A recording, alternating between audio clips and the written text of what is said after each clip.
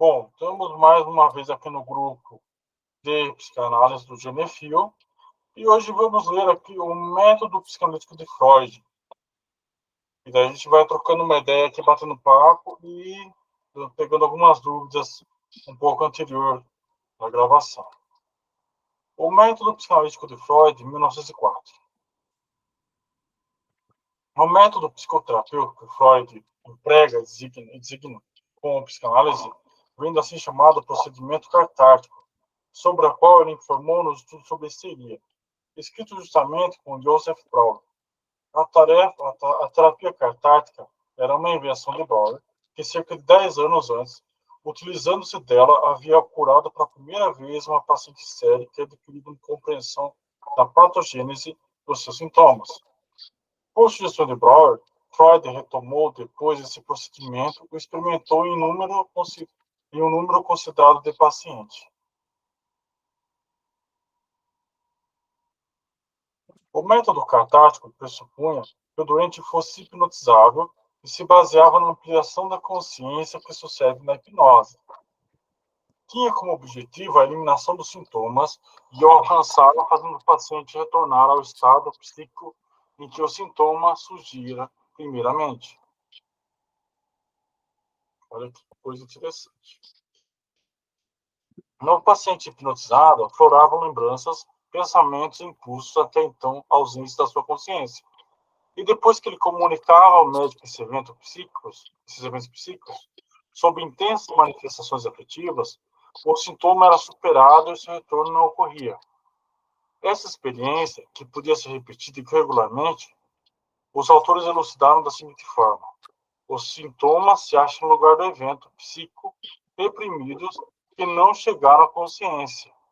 Representam, portanto, uma transformação, conversão destes.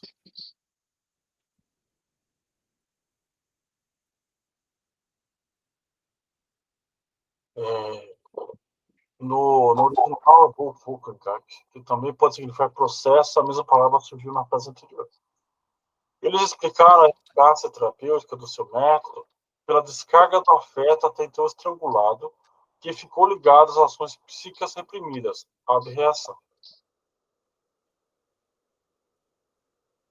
Mas esse esquema simples de intervenção terapêutica se complicava quase sempre, pois se verificou que não era uma única impressão traumática que participava da gênese do sintoma, mas geralmente toda uma série delas de difícil apreensão. Assim, a característica principal do método catártico, que é o que o contrapõe a todos os demais procedimentos psicoterapêuticos, está em que a eficácia terapêutica não é transferida para uma sugestão proibitiva feita pelo médico. A expectativa é isto sim, que os sintomas desapareçam por si mesmos. Quando a intervenção, que se baseia em determinados pressupostos sobre o mecanismo psíquico, consegue fazer com que os processos psíquicos tomem um curso diferente daqueles que resultou na formação do sintoma.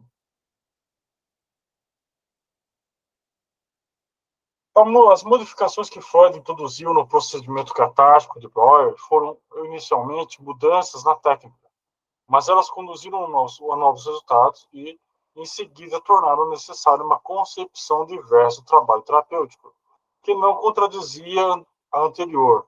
Porém, se o método catártico já havia renunciado à sugestão, Freud deu o passo seguinte e abandonou a hipnose. Atualmente, ele trata os pacientes dessa forma. Faz com que se deite comodamente, de costas, sobre uma sofá, enquanto ele próprio fica sentado numa cadeira atrás deles, fora da sua visão. Não solicita que feche os olhos e evite tocá-los, assim como qualquer outro procedimento que possa lembrar a hipnose. Portanto, uma sessão dessas transcorre como uma conversa entre duas pessoas igualmente espertas, sendo que uma delas se poupa de qualquer esforço muscular e qualquer impressão sensorial que possa impedi-la de concentrar a atenção sobre a própria atividade psíquica. Como se sabe, ser ou não hipnotizado depende da vontade do paciente, não obstante toda a habilidade do médico. E muitos indivíduos neuróticos não podem ser hipnotizados com nenhum procedimento, de maneira que o abandono da hipnose garantiu a aplicabilidade do tratamento a um número limitado de pacientes. Por outro lado, faltava ampliação da consciência que fornecer ao médico justamente o material psíquico de recordações e ideias mediante a qual se pode realizar a transformação dos sintomas e a liberação dos afetos.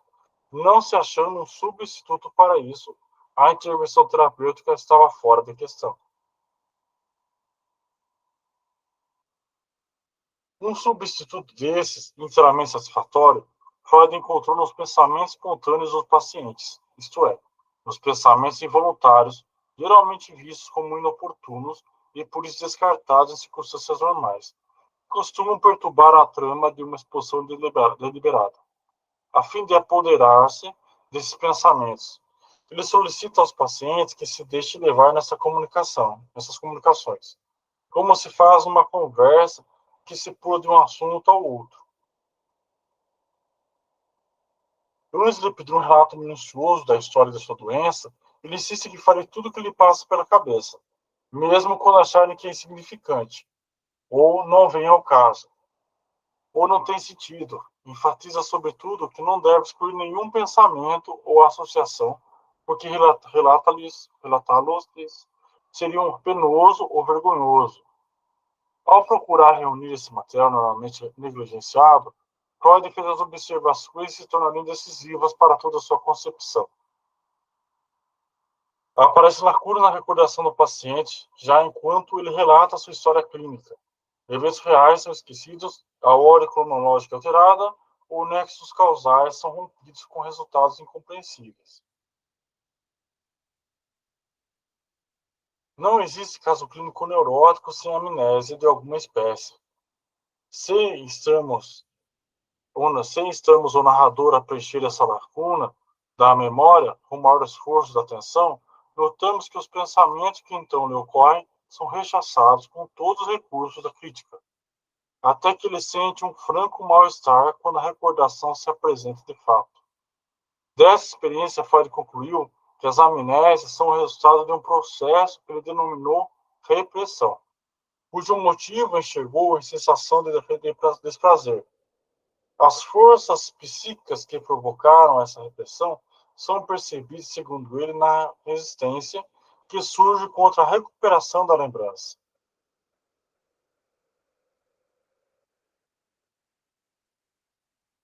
O fator da resistência tornou-se um dos fundamentos da sua teoria. Os pensamentos espontâneos, que costumam ser dispensados com todo tipo de pretexto, como aqueles mencionados acima, Freud os vê como derivados dos psicorreprimidos, pensamentos e impulsos, como deformações desses, em virtude da resistência que existe à sua reprodução. Quanto maior a resistência, mais ampla a deformação. Nessa relação dos pensamentos, são intencionais como material psicorreprimido e que reside o seu valor para a técnica terapêutica.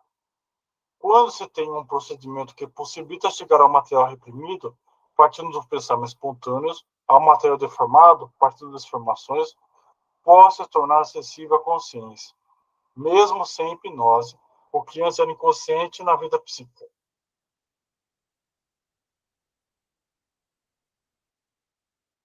Realmente.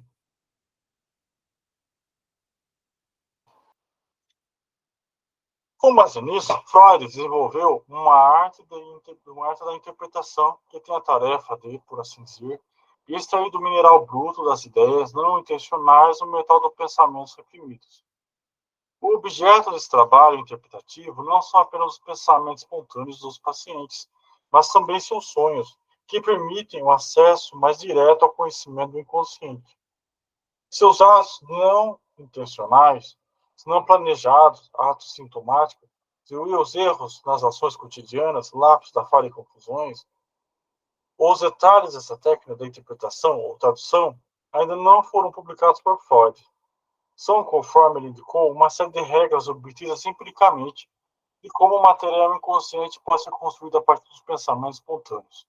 Instruções sobre como entender o fato dos pensamentos não ocorrerem e observações sobre as resistências típicas mais importantes que se apresentam no curso do tratamento desses. Um volumoso livro sobre interpretações dos sonhos, publicado por Freud em 1900, pode ser visto como precursor de tal introdução da técnica.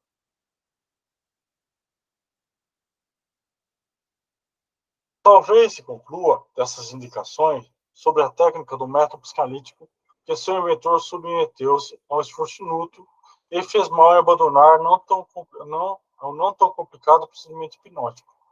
Mas, por um lado, a técnica psicanalítica é bem mais fácil de se praticar, uma vez aprendida, do que parece por uma descrição, por outro lado. Nenhum outro caminho leva à meta desejada, de maneira que o caminho trabalhoso ainda é o mais curto.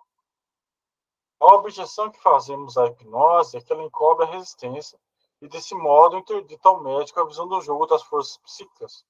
Mas ela não acaba com a resistência, apenas a evita e, por isso, proporciona informações incompletas e sucessos transitórios.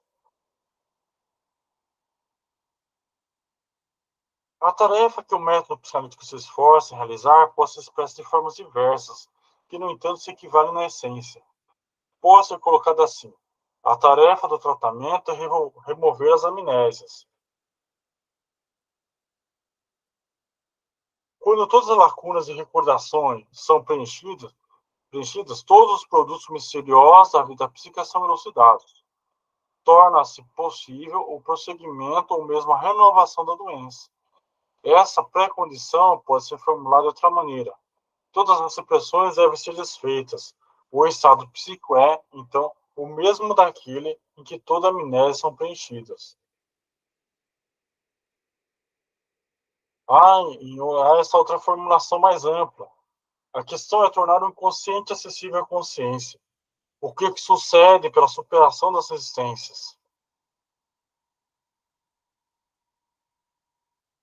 Não se pode esquecer, não se pode esquecer, porém, que esse estado ideal não existe tampouco na pessoa normal, e que raramente se consegue levar o tratamento a esse ponto, assim como saúde e enfermidade não são distintas em princípio, mas separadas apenas por um limite quantitativo determinado na prática. Assim também, jamais teremos como objetivo do tratamento outra coisa que não a recuperação prática do paciente, o restabelecimento de sua capacidade de realização e de fruição. Numa terapia incompleta ou de êxito parcial, obtém-se uma melhora significativa do estado psíquico geral, enquanto os sintomas podem prosseguir, mas com menor importância para o paciente, sem marcá-lo como um doente. Excetuando pequenas modificações, o procedimento terapêutico é o mesmo para todos os quadros sintomáticos da multiforme histeria e para todas as formações da neurose obsessiva, mas não se pode dizer que sua aplicação seja irrestrita. A natureza do método psicanalítico gera indicações e contraindicações, tanto no que se refere às pessoas a serem tratadas, como no que toca ao quadro clínico. Os mais favoráveis para a psicanálise são os casos crônicos de psiconeurose com sistema pouco violento ou perigoso, ou seja, primeiramente, todas as espécies de neurose obsessivas, de pensamento e atividades obsessivas. E casos de histeria, em que tem em papel principal as fobias e abolias, mas também todas as formas somáticas da histeria, desde que a tarefa principal do médico não seja, como na anorexia, a rápida eliminação dos sintomas. Em casos agudos da histeria, será preciso aguardar um estágio mais tranquilo. Em todos os casos que predomina o esgotamento nervoso, evitaria-se o procedimento que por si mesmo exige reforço. Traz apenas avanços lentos e durante algum tempo não pode levar em conta a persistência dos sintomas.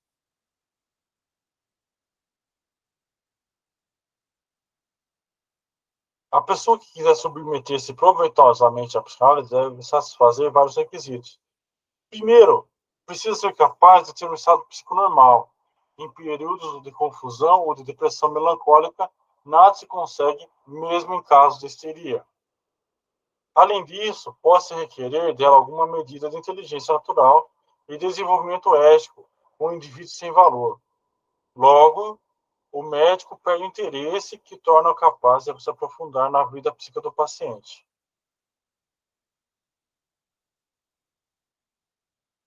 Acentuadas deformações do caráter, traços de constituição realmente generados se revelam durante a terapia, fonte de resistências dificilmente superáveis. Nisso, a Constituição verdadeiramente estabelece um limite para a possibilidade da cura mediante a psicoterapia. Também, uma idade próxima de 50 anos cria condições desfavoráveis para a psicanálise. A massa de material psíquico já não pode ser dominada. O tempo necessário para a recuperação se torna muito longo e a capacidade de desfazer o processo psíquico começa a fraquejar.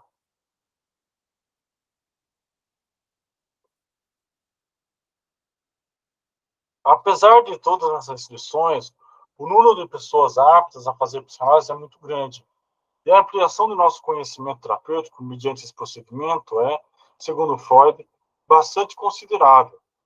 Freud requer períodos longos de 6 meses a 3 anos para um tratamento efetivo.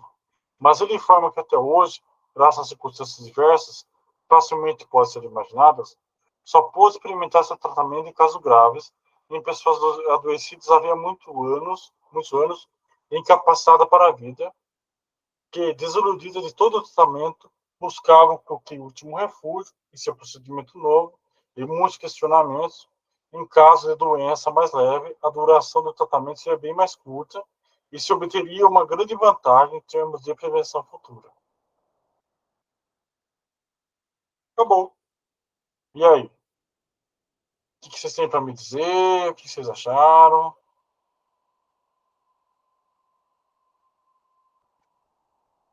Acho que passou rápido demais, né? Assim, ele é um texto mais de exposição do método, sobre o método, mas tem uns trechos assim que precisaria a gente ver com mais calma. Então fale quais são. Qual que você acha que são interessantes? Então, lá para o começo, quando ele fala de protogênese, você sabe explicar o que é essa protogênese?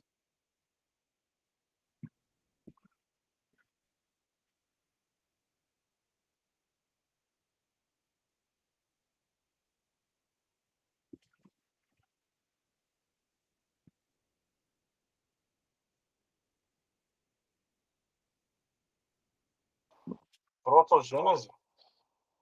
Protogênese. Tem lá que a terapia catársica é protogênese. Ou será que eu escutei outra coisa?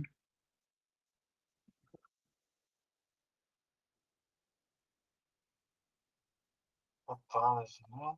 Tá, Tem a ver com gênese, né? deixa eu Com ver. origem.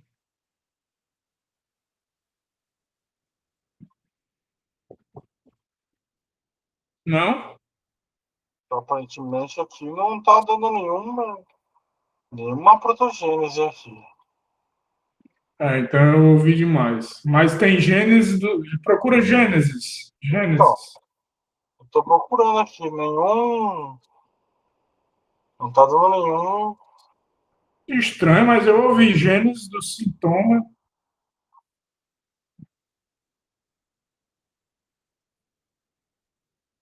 Aqui, ó, Aí, patogênese. protogênesis. É, patogênese. Hum,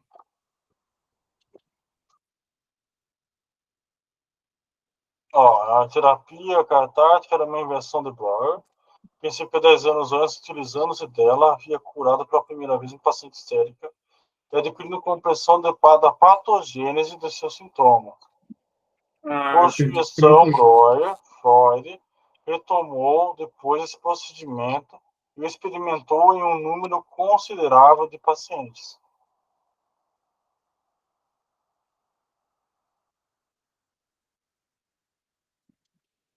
É como se essa terapia ela levasse até a primeira doença, a sua primeira patologia. O que eu tinha entendido aqui no texto é que ele leva a uma regressão até um ponto onde a pessoa não tem o trauma. Não tem o quê? Não tem a patologia, não tem o trauma, não tem o. Vai antes. Você vai levando a pessoa, pelo texto aqui, você vai levando a pessoa até um ponto, e aí que entra a questão das lembranças encobridoras, do esquecimento, até um ponto onde a pessoa ela não tem aqueles sintomas. Entende? Por isso que ele usa a hipnose também como uma forma de tentar buscar essa regressão das memórias, que até estava falando antes, que é relacionada aí até o antes do trauma, o antes do sintoma.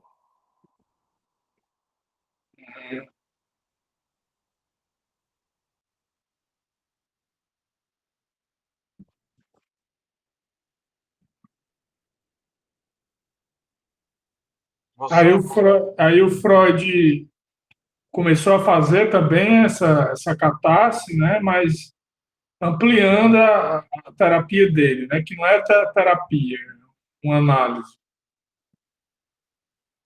sim, Porque os outros não faziam hipnose, nem associação livre.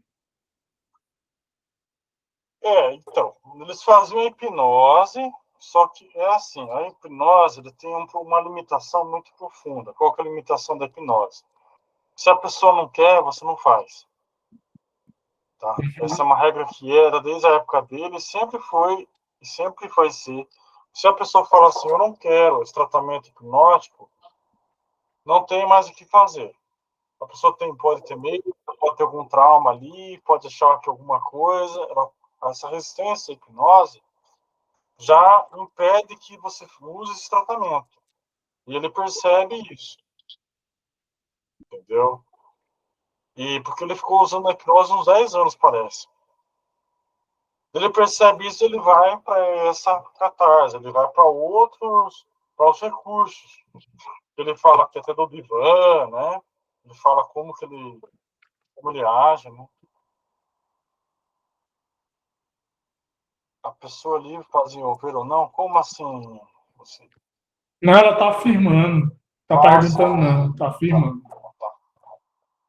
Entende? Então, esse é o ponto. Então, o Freud ele percebe que ali há alguns problemas e que algumas coisas não são tratáveis com sintomas. Porém, tem que ficar muito claro que a hipnose que ele fala aqui não é uma hipnose, por exemplo, moderna, que é ericksoniana, que sofreu outras modificações nos tempos modernos, né?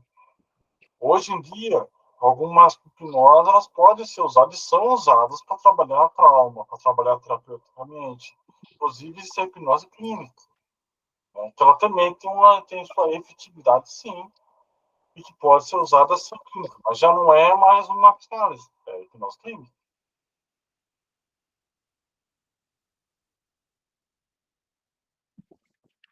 Que mais, gente? Digam aí.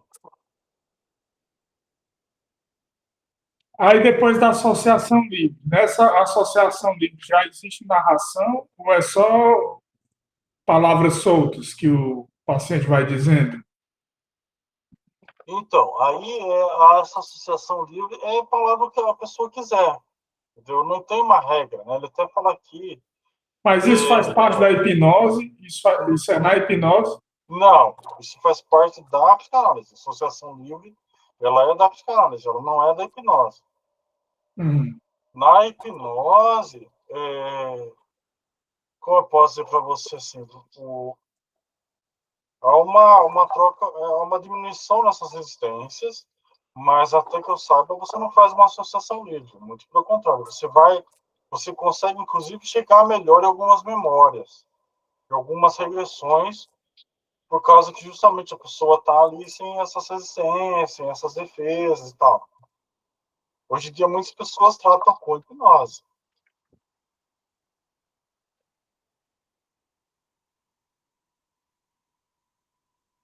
Ó, aqui, o que a gente estava falando aqui, ó, a expectativa é isso, sim, que sintomas desapareçam por si mesmos, quando a intervenção que se baseia em determinados pressupostos sobre o mecanismo psíquico consegue fazer com que o processo psíquico tome um curso diferente daquele que resultou na formação dos sintomas, tá vendo?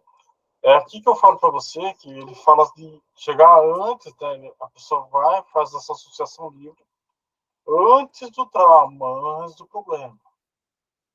Aí ele pega essa energia, o que ele chama de processo psíquico aqui e joga para outro canto, por uma coisa mais saudável. É porque se você for ver, respondendo a pergunta da Lucy, né? Que ela perguntou aqui, deixa eu ler de novo. Mensagens. Quais as diferenças da hipnose de antigamente para hoje? Eu Agora, acho, eu acho que antigamente os terapeutas, né, eles eram mais dramáticos. O divã tinha toda aquela história do divã, né? E hoje não tem mais assim praticamente, né? Você cria todo um drama para você levar o paciente a dizer certas coisas, manda ele fechar os olhos, colocar a mão sobre a cabeça e dizer a primeira coisa que vem à cabeça, aí começa a associação livre. Eu acho que tem toda uma estrutura de drama, não é não? A clínica. eu não faço nada disso. Na clínica que eu faço, não. A única coisa que eu falo para a pessoa é essa regra de ouro que ele coloca. É o quê? A única coisa que eu falo dentro da minha atuação, eu falo isso. A pessoa está ali para ela falar o que ela quiser. Só. Essa é a regra de que ele não vai ser julgada. Eu não peço para ela colocar a mão na cabeça, não faço nenhum drama, não faço nada disso. Hum, Eu atuo assim. Pode ser que outros profissionais atuem, mas eu não fui, nunca vi ninguém atuando assim, eu falando sobre isso. Mas respondendo aqui a pergunta da Lucy, antigamente nem chamava hipnose, chamava mesmerismo. Antigamente eles faziam, era uma forma de indução, mais por sugestões. Assim, como eu posso dizer para vocês? Não tinha um relaxamento, não tinha uma intervenção igual hoje tem, que é mais assim, mais passo a passo. Então era uma hipnose um pouco mais assim rústica, um pouco mais assim limitada mesmo. Hoje em dia você tem a hipnose ericksoniana, você tem a hipnose que eu esqueci o nome do rapaz, o David Emerson, não lembro agora o outro, que ela tem um protocolo mais interessante, como por exemplo assim, essa questão do relaxamento, ver se a pessoa relaxou, ver se a pessoa está em um estado parecido com sono REM.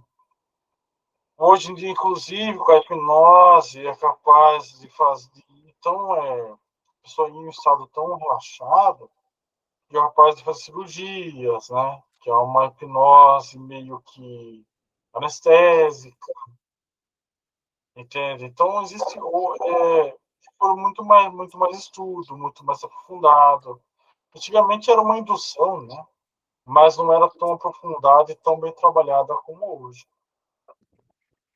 Ela tem um termo um pouco mais místico, um pouco mais misterioso. Hoje não, hoje já é mais diferente.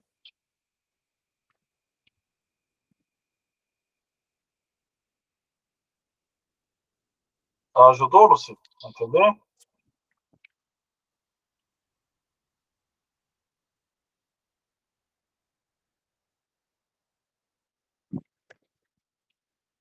Perfeito. E aí? Que mais, gente? Que mais? Que mais? Você perguntou uma hora. aquela sobre a narração, né, e a memória, as lacunas da memória Sim. e Ele tem. o surgimento da repressão. Sim. O Freud ele tem um outro texto chamado Lembranças Encobridoras. Tá? O que acontece? Muito desses traumas, até a gente já, inclusive, está tá na nossa playlist lá, depois se quiser dar uma olhadinha, de falar sobre lembranças encobridoras. O que acontece? Algumas coisas são difíceis para a pessoa lembrar propriamente dito, porque são traumas, ela recebeu e não soube lidar com aquele momento. Então, não fala daquilo de uma forma direta. Então, uma parte do pensamento dela vai reprimir, ou seja, vai querer esquecer, e outra parte que vai falar, mas não vai falar diretamente. Entendeu? Quando a gente pega esse caso de estupro, de abuso ou coisa do tipo, a pessoa não vai querer detalhar o negócio ali propriamente dito. Qual é o nome do quê? Do que? Lembrança de cobrador. Peraí. Lembranças. Espera um minutinho aí, gente. Lembranças.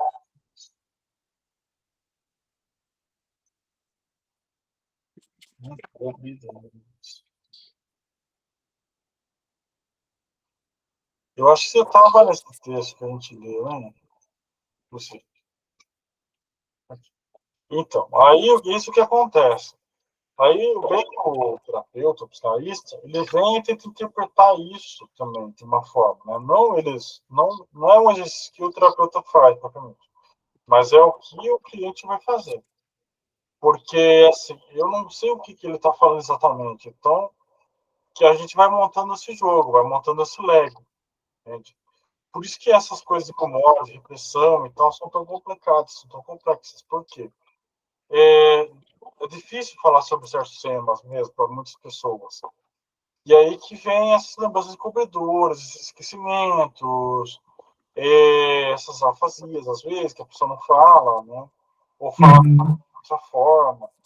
E aí que entra justamente essa questão do regredir até um ponto antes disso, que ele vai falar aqui. Ó, você pode ver, cadê, tá no final aqui. Que você, ó, aparecendo lacunas na recordação do paciente, já enquanto ele relata sua história clínica, eventos reais são esquecidos, a ordem cronológica alterada, ou nexos causais são com resultados incompreensíveis. E é aqui que muitas vezes a gente acaba trabalhando para colocar em ordem isso dentro da clínica. É claro que aqui existe um ponto de um livro que eu não cheguei a ler ainda, do Renato Mizano, agora não me lembro, chamado Ramos, só ver aqui, só pegar. Ramos e o tronco e o Ramos, uma coisa assim. Deixa eu ver aqui, Renato Mizano. Ramos e os troncos.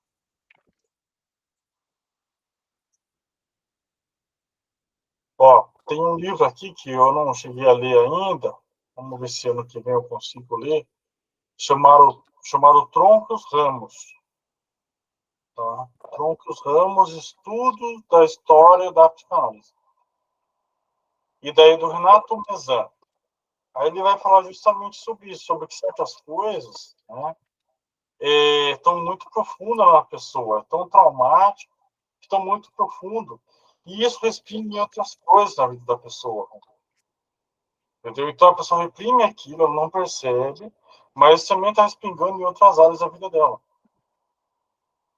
Entendeu? Então aí que você começa a trabalhar isso também. Faz sentido, Ron?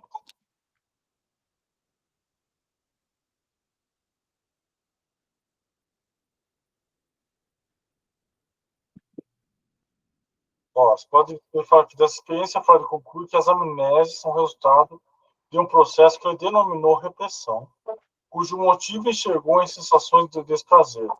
As forças psíquicas que provocaram essa repressão são percebidas, segundo ele, na resistência que surge contra a recuperação da lembrança. Você percebe que essa resistência aqui também são mecanismos de defesa, né?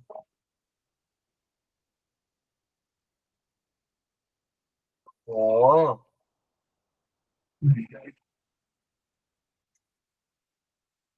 Peraí. Quando você recupera, aí você, pelo encadeamento dos signos, você volta a ter coerência, né, no que você estava falando. Aí, por causa disso, você tem uma sensação de prazer, né? Isso. Mas no momento da falha, no momento da lacuna, você vai sentir o desprazer. E esse desprazer aí não é só linguístico, né? Não.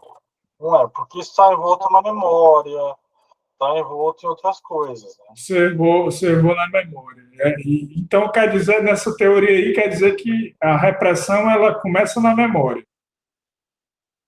Eu diria que ela começa no acontecimento, né?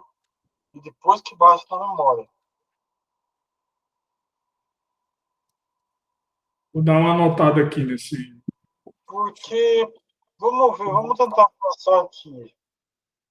Acontece alguma coisa que para você não, no seu sistema psíquico não consegue absorver, tá? Aí você não consegue lidar com aquela informação por alguma razão, ou é uma coisa que você tem que digerir por muito tempo. Então você parte meio que de uma experiência, né, de um acontecimento, e que de algum jeito aquilo dentro de você não consegue ser absorvido, não consegue ser entendido. Né? E aí você tem essa questão da memória, das lembranças.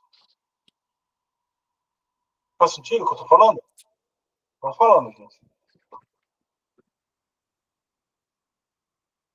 Faz, porque a memória. Agora tem que saber o que é memória para o Freud, né? Porque a memória, até onde eu sei, ela pode ser memória do pensamento, memória da consciência, memória de um bocado de coisa. Né? Eu tenho memória, mas de conteúdos que são conteúdos da consciência. Aí não, mas eu tenho memória que são conteúdos mais imediatos, que são do conteúdos do pensamento. Eu pensei um tempo, agora se for uma memória que envolve muitas emoções, aí já é memória afetiva. Né? Então, deixa eu ver se eu acho aqui. No livro do Mark Somos, aquele que eu citei também, ele fala uma coisa importante, que a memória ela tem relação com a consciência. Isso é um estudo recente. Deixa eu ver aqui. Agora acho que eu não vou achar. Está no capítulo 9, porque e como a consciência nasce. No capítulo 9, você, lá no do livro do Mark Somos. Se eu não estou enganado, ele fala que a relação da memória tem relação também com a consciência. Tá? Porque eu não vou te saber explicar o motivo. Mas eu sei que tem alguma coisa em relação com a consciência, em relação com os afetos. Então você vê que a Porque memória tem. se o investimento lá da repressão vai vir com afeto, dá a entender que ele só vai dar um alívio aos sintomas que forem da emoção, sintomas que forem repressivos, com autoridades, né, e etc., ou repressão sexual, alguma coisa desse tipo, que envolver emoção. Envolver, por exemplo, um saber que seja superior às emoções, aí já, se o trauma for uma coisa mais antiga, né, digamos assim, que não seja só de fundo emocional, aí é mais difícil. Aí a técnica já seria outra. Porque é uma técnica de reconstrução da memória, né? Sim, mas você tem que lembrar também, ele deu até várias definições aqui da psicanálise no finalzinho do texto. É uma técnica de reconstrução da memória, mas tem uma técnica de administração da memória também. Né? Para que, não só a administração da memória, mas também do presente. Que você viu que ele fala aqui de uma coisa que eu achei muito interessante, de uma espécie de cura, né? Você percebeu isso no texto? Aham. Cadê aqui? Esse livro aqui a gente não vai ler Interpretando os Sonhos, porque ele é muito longo. Eu ia ficar uns 3 anos lendo ele tranquilamente. Cadê?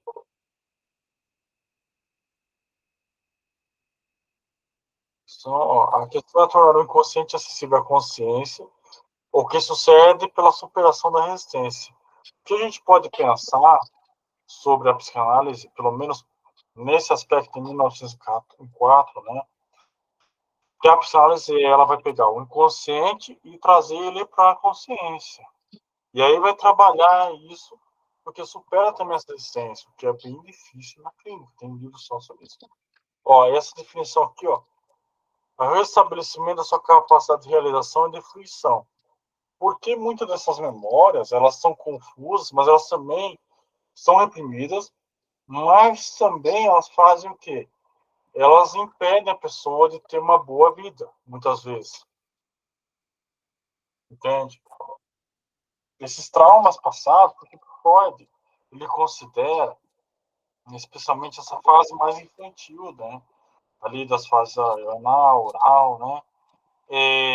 As fases mais ali primárias, que elas vão,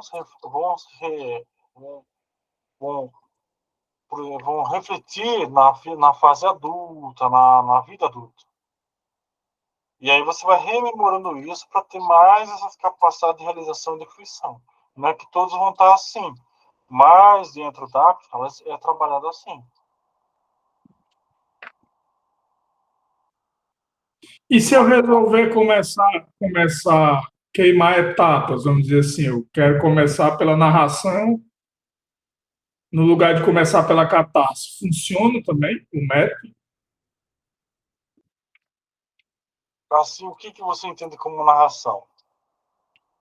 Narração seria, vai contar um fato que aconteceu com você e ver até que ponto a pessoa se lembra realmente. Eu faço uma pergunta, né? Sei lá, que você fazia quando tinha 12 anos de idade. Hum, Pronto, aí a pessoa vai contar algum evento que aconteceu com ela quando ela tinha 12 anos de idade. Aí, se ela tiver dificuldade, eu posso dizer assim: não, mas não deu certo, vamos para a associação livre agora.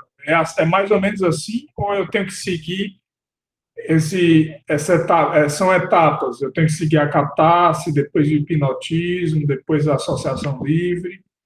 É não, assim? é porque, por exemplo, assim, na psicanálise não trabalha a hipnose, né? Hum. Então, não é, assim, depende muito de cada caso. Porque, assim, por exemplo, tem pessoas que têm mais facilidade para falar sobre certos traumas do que outras. Entendeu? Então, assim, a pessoa tem que entender o que ela está. Em algum momento, ela vai ter que trabalhar esse entendimento, essa interpretação. Por isso, ela fica livre para falar o que ela quiser. Se ela quer começar narrando, tá, vamos ver aonde se encaixa em algum momento, ou não encaixa. Então, eu não vejo como uma. Eu vejo como algo flexível. Eu vejo como um manejo terapêutico. Assim.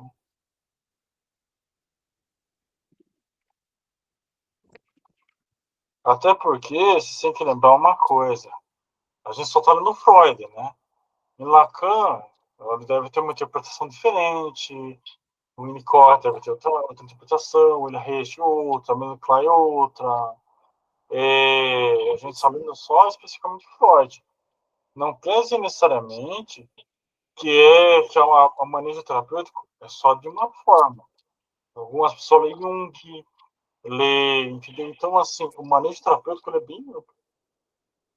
Então, assim, talvez para Jung, a narrativa seja uma que faz mais sentido do que você chegar lá e, por exemplo, assim, para algumas pessoas, o psicanalista clássico, tipo Freud, que só fala, boa tarde, fale a sua associação, fale o que você quiser e tá tudo bem.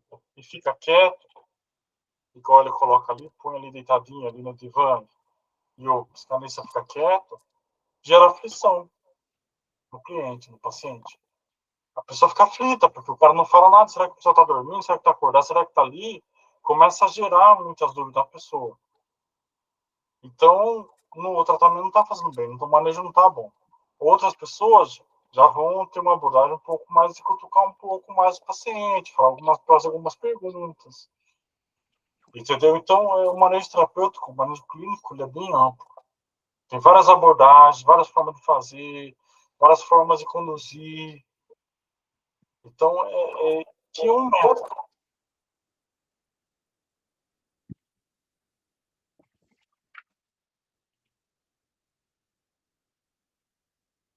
E aí, gente, que mais? Que mais? Que mais?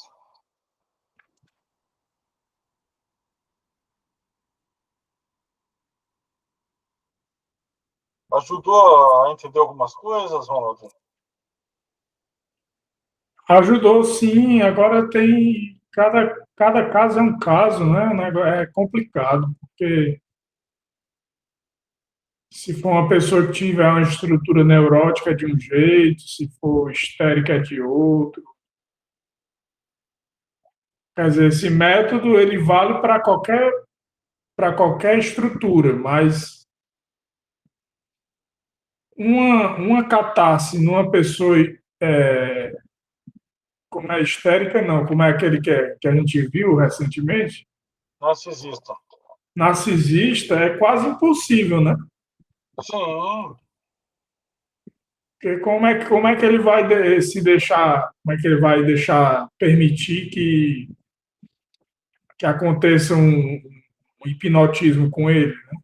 sim, Aí exatamente. já, por isso que eu estou dizendo eu acho que tem que queimar etapas, porque para alguns vai funcionar o hipnotismo, para outros não. Então, Se for, não é uma questão de queimar etapas, é uma questão de entender qual método é o melhor. Por exemplo, dentro da psicanálise, a hipnose já não funciona, como ele explicou ali em cima. Então, a gente esquece a hipnose, até porque se você fecha um contrato com uma pessoa e fala assim, olha, eu estou tratando você com psicanálise, não com hipnose. É coisa diferente. Ali, ele testou as duas, ele começou com a hipnose, mas atualmente já não. Atualmente, ou você traz a psicanálise como tratamento, ou a hipnose. Entendeu? Porque assim, muitas pessoas são formadas só em hipnose, não em psicanálise, e em psicanálise não em hipnose. Algumas têm ambas. Então, assim, o que vai. Cada um tem suas ferramentas, forma de lidar. Mas, assim, a grande questão também, já que você colocou, realmente, é a questão narcisista. Por exemplo, o narcisista, muitas vezes, ele não quer. E há pacientes também de terapia, isso também é importante ser dito, que eles são obrigados a estar ali. Porque, às vezes, eles fazem alguma coisa e estão meio que fazendo um tratamento meio que forçado. Então, ele também não vai se abrir. Ele está ali por obrigação, não é por livre, espontânea vontade. Então, o que fazer com essa pessoa? Não sei. Vai dispensar? Não sei. Vai mandar para uma outra analista? Não sei. Porque são casos bem complexos. essa catarse aí, você acha que tem a ver com, como é, com êxtase, não,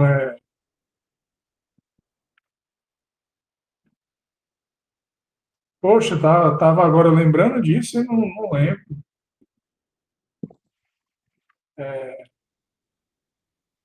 Transe, se tem a ver com transe. Que eu saiba, não tem, mas vamos ver aqui. Eu vou abrir um dicionário aqui, porque eu vejo que a gente está bastante na dúvida. Vamos ver. Peraí.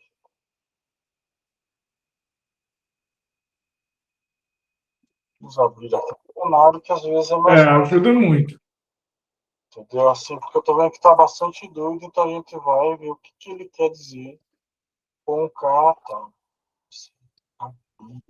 Vamos ver se a gente acha. Uhum. Que catarse. Aqui. Vai ajudar bastante. Palavra grega utilizada por Aristóteles para designar o processo de purgação ou eliminação das paixões que se produz no espectador quando, no teatro, eles assistem à representação de uma tragédia. O termo foi retomado por Sigmund Freud e Joseph Brauer, que nos estudos sobre histeria, inclusive esse estudo aqui ele falou ali no texto, né? Só que também é longo, a gente vai acabar não lendo, chamam de método contático procedimento terapêutico pelo qual um sujeito consegue eliminar seus afetos patogênicos e então reagi-los, revivendo os acontecimentos traumáticos e que eles estão ligados. Ver se eu acho uma outra definição aqui no mesmo. Ó, ele fala de uma espécie de purificação, né? Ó, daí a ideia de que o tratamento devia fazer surgir um elemento opressivo para provocar alívio, em vez de fazê-lo regredir através de uma transformação ética do sujeito. Tratava-se de fazer com que saísse do sujeito, através da fala, um segredo patogênico, consciente ou inconsciente, que o deixava em estado de alienação. Ó, tá vendo? É através da fala. Na hipnose, muitas vezes, você vai fazer através da sugestão aquele tratamento. Não é que você não vai pedir para a pessoa falar, mas você também vai fazer algumas certas sugestões, o que algumas abordagens analíticas você não faz. Ajudou agora a definir melhor o que é a catarse? Ajudou. Joia. E aí, gente, mais alguma coisa? Mais alguma coisa chama atenção? Coloca só para tirar uma dúvida aí, a última dúvida, coloca lá no dicionário lacunas para ver o que que aparece. Lacunas, tá? Só para eu ter ideia do que é que ele está querendo dizer. Uhum. Não tem nenhuma definição de lacunas, ó. Falta-me símbolo para essa publicação sobre lacuna na psicologia, não tem nada a ver. Não mascarada da complexidade das questões abordadas, não dissimular coisa alguma das lacunas, incertezas. O olho de lacunas é isso, é um espaço ali que não está sendo utilizado, né? É porque tem uns que usam desligar, Uhum. falha, usa nesse sentido, né? De como se fosse uma coisa que estivesse ligada, conectada, e você desconectou. Pode ser um espaço, né? Um espaço, uma falta de. Você tem uma lacuna.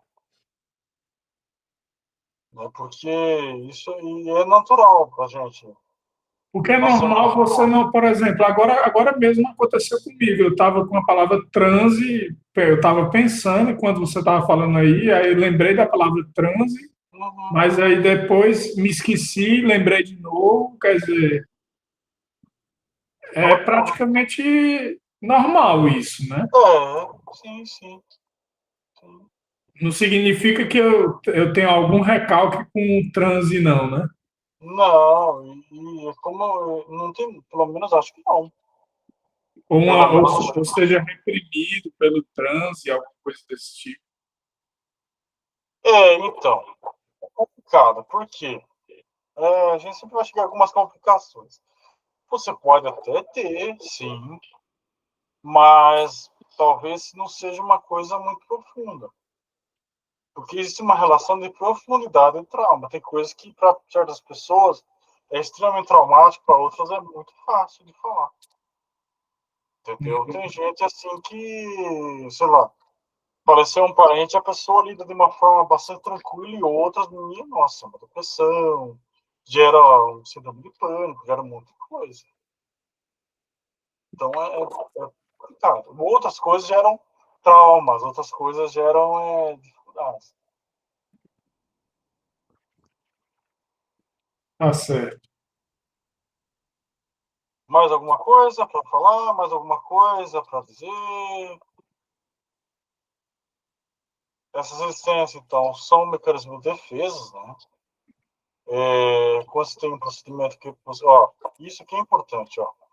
Quando você tem um procedimento que possibilita chegar ao material reprimido, parte dos pensamentos espontâneos, ao material deformado, partindo da deformação, pode se tornar acessível à consciência, mesmo sem hipnose, o que era antes inconsciente na vida psíquica. Ou seja, é um jeito também de trabalhar o inconsciente. A hipnose também trabalha o inconsciente, né?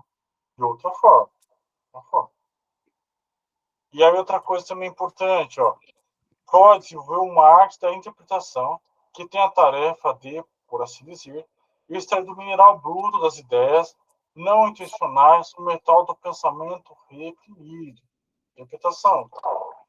né? O objeto desse trabalho interpretativo não são apenas os pensamentos espontâneos, olha que interessante, dos pacientes, mas também dos seus sonhos, que permitem um acesso mais direto ao conhecimento do inconsciente. Seus atos não intencionais, não planejados, atos sintomáticos e os erros nas ações cotidianas, lapsos de fala e confusões. Os detalhes dessa técnica de interpretação ou tradução ainda não foram publicados por Freud.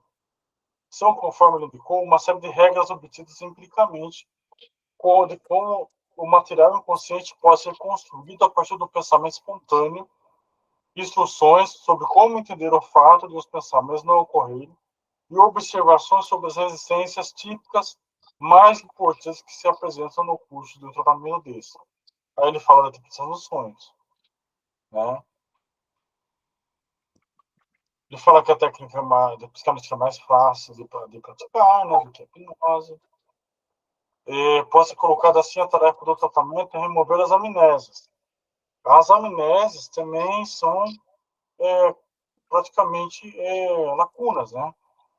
Olha que interessante aqui. Deixa eu ver se eu acho. Se eu fazia, eu acho. A fase. Vamos ver. Os lapsos de falha também são considerados lacunas, Pode ser considerado lacunas, né? Pode ser. Porque porque assim. é uma falha na associação de palavras, né? Na associação de palavras. Sim, Não uma falha na memória, exatamente. É uma confusão psíquica que gera uma associação errada entre palavras. Por exemplo, a pessoa vai falar chave, ela fala clave. sim, pode ser uma forma também, mas a pessoa pode também não falar certas palavras porque remete à memória de alguma coisa. Entendeu? Então, assim, pode ser meio ambivalente também. Porque a pessoa pode trocar uma palavra, né, um deslize, assim, falar. Em vez de falar, igual você falou, em vez de falar chave, falar clave, ou falar chaves ao invés de clave, pode ser, assim como pode simplesmente a pessoa não falar essas palavras porque ela tem algum tipo de trauma, algum tipo de pudor dentro dela que impede que ela fale mesmo naquela situação. Então ela desvia da palavra. Eu não peguei essa tua última explicação, como é da castração. Não, eu não falei de castração. Não falei de castração. Não. É um desvio de palavra. A pessoa ela não quer falar sobre certas coisas, por alguma razão. Alguma razão. Contribuição à concepção das afasias. Vamos falar sobre uma coisa que eu acho que talvez ajude também, porque ó, tem esse livro do Freud chamado Afasias, né? Vamos ver se eu acho aqui uma definição. Vamos ver se ele vai falar que contribuição da concepção. Mas não tem aqui. É uma monografia, não, ó. O distúrbios da linguagem, é o que ele fala aqui, ó. Não é apenas não é apenas, ó, vamos ver. Para compreender do ponto de vista funcional, não é apenas uma neurofisiológico, né? É um distúrbio da linguagem. Ele substitui a tratamento da localizações cerebrais pelas associacionismo. Só que aí é complicado, porque a pessoa vai gerar uma série de traumas porque ela não consegue falar direito, né?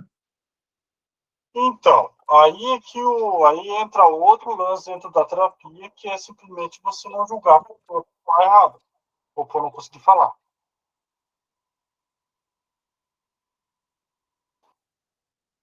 Porque eu não estou preocupado tanto com a forma que ela vai falar, mas é assim, é o que ela vai expressar. Às vezes ela também está falando errado porque não sabe falar certo também. Entendi. Já é outra camada, né?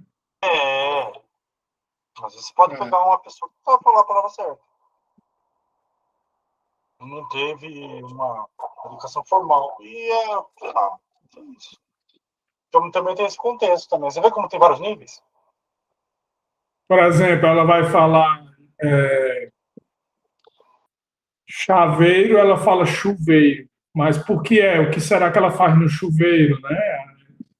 Fora tomar banho ou alguma coisa assim. Então, Ó, tem um trauma, pode ter algum trauma por aí que leva a consciência dela a falar mais alto, aliás, o inconsciente dela a falar mais alto que o consciente, né? pode acontecer isso que. Ou simplesmente ela pode ter errado a palavra e não ter nada por trás. Pode ser também, né? Mas se ela faz É, isso com recorrência, sim, aí você já percebe que ela comete vários lapsos de fala. sim, Isso acontece muito em mulheres que são vítimas de machismo, sim. De abuso. são interrompidas constantemente, pessoas que são interrompidas constantemente. Uhum. Então a pessoa fica cheia de tique porque ela é interrompida, ela não consegue fechar um pensamento. Então ela mistura os pensamentos. Sim, sim, também. Também. São várias coisas. Várias coisas.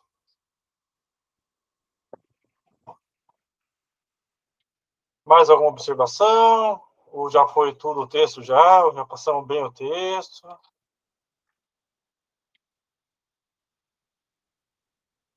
Eu vou dar uma lida de novo nesse texto aí, Não, tem não deu bastante para. coisa, né? Muita coisa, muita coisa. É. Bom, então eu vou para a gravação, só um minutinho.